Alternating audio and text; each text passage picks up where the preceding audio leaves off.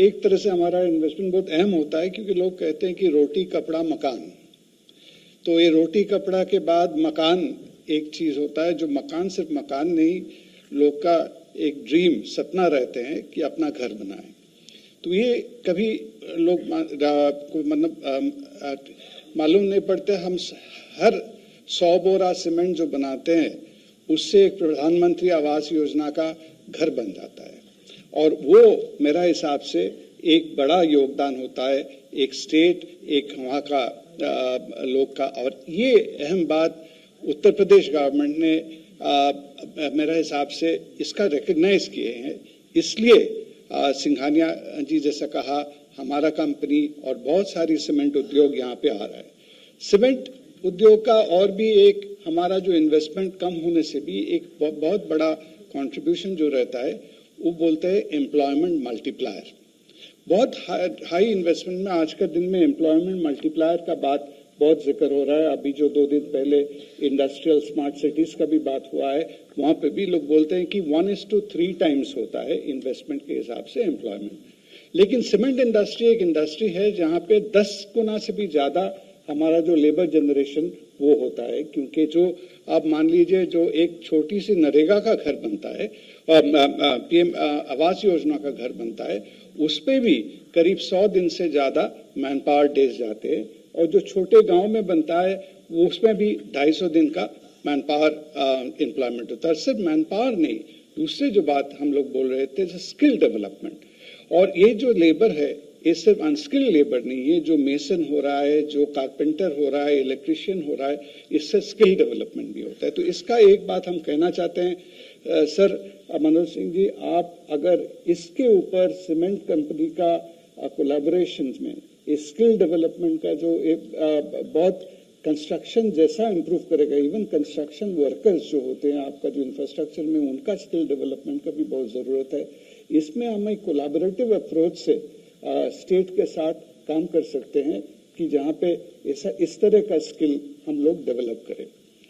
तो ये बात रहा, और आपको कहना है जो पहले राघव जी भी कह रहे थे ईज ऑफ डूइंग बिजनेस वगैरह का, हम हमारा अगेन छोटा से यूनिट के हिसाब से कह सकता हूँ, हमारा इतने 5 साल में हम लोग करीब 2000 करोड़ से ज्यादा जीएसटी तो भरे हैं, लेकिन हमारा जो इंसेंटिव है, हमें 600 करोड़ से भी ज्यादा इंसेंटिव हमें मिला है यहाँ पे इस पीरियड में, जो दूसरे प्रदेश के कंपैरिजन में इतना जल्दी सेटलमेंट होता नहीं है। हम दूसरे प्रदेश का नाम नहीं लेना चाहते हैं जहाँ पे 7-7, 8-8, कभी कभी 10 साल से भी लोग सेटलमेंट नहीं कर पाए, लेकिन यहाँ पे जो प्रॉम्प्टनेस से जो सब कुछ रिजॉल्व होता है वो एक जरूर एक एग्जाम्पल है। और इसलिए हम लोग भी कहते हैं कि यूपी आके देखिए यहाँ पे किस तरह से होता है, क्योंकि इन्वेस्टमेंट 2-3 चीज से होता है। एक तो जो बोले माहौल, गवर्नेंस का माहौल जो होता है स्टेट में, उसके ऊपर, लेकिन सबसे बड़ी चीज होता है जो प्रोमिसेस होता है, वो प्रोमिस का डिलीवरी के ऊपर इंडस्ट्रियलिस्ट का कॉन्फिडेंस आता है कि यहाँ पे फिर से निवेश डालूं। तो हम लोग भी यहाँ पे और 1500 करोड़ का हमारा नया यूनिट आ रहा है, कुंदनगंज में 3rd लाइन आ रहा है, उसके बाद प्रयागराज में आएगा और 1000 करोड़, उसके बाद अलीगढ़ में हमारा प्लान है, और हमारा दूसरे भी फील्ड में हमारा कंपनी यहाँ पे जो वाटर प्रोग्राम हो रहा है, हमारा दूसरा कंपनी उसमें भी काम कर रहा है, बहुत सारे काम ये हो रहा है क्योंकि वो कॉन्फिडेंस आज के दिन में यहाँ पे पैदा हुआ है। बिजनेस करने में प्रॉब्लम्स तो आती हैं, कुछ ना कुछ रुकावट आएंगे, लेकिन उसका रेजोल्यूशन होना जरूरी है, और इस कारण में जो यहाँ का जो एडमिनिस्ट्रेशन जो उसको मैं श्रेय देना चाहता हूँ, खासतौर से पिकअप को। Pickup is so proactive in resolving problem. हम लोग प्रॉब्लम ले आके, उनके पास प्रॉब्लम जरूर होता है, कुछ ना कुछ दिक्कत होता है, लेकिन प्रॉब्लम का रेजोल्यूशन हो जाता है। इससे हम लोग का बहुत आश्वासन मिलता है और रिएश्योरेंस, जिसलिए हम लोग यहाँ पे बहुत कॉन्फिडेंस से काम करते हैं। हमारा दोस्त राघव जी वगैरह तो यहीं बैठते हैं,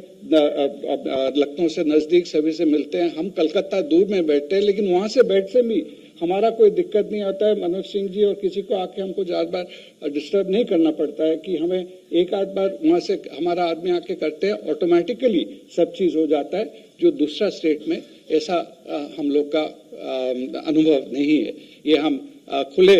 माहौल में बोल सकते हैं। इसके लिए हम बधाई सभी को देते हैं और हम चाहते हैं कि ये यूपी का एग्जाम्पल दूसरे जगह में भी फॉलो करे और यूपी में भी ये जारी रहे। तो यूपी का जो 3 ट्रिलियन इकोनॉमी का जो बात हो रहा है, ये सब ऑटोमेटिकली होगा और जो इसका क्षेत्र जैसा पूर्वांचल जहाँ पे आगे इन्वेस्टमेंट नहीं हुआ था उतना, वहां पे भी तरक्की, वहां पे डेवलपमेंट बहुत तेजी से होगा, ये मेरा पूरा विश्वास है। धन्यवाद जी।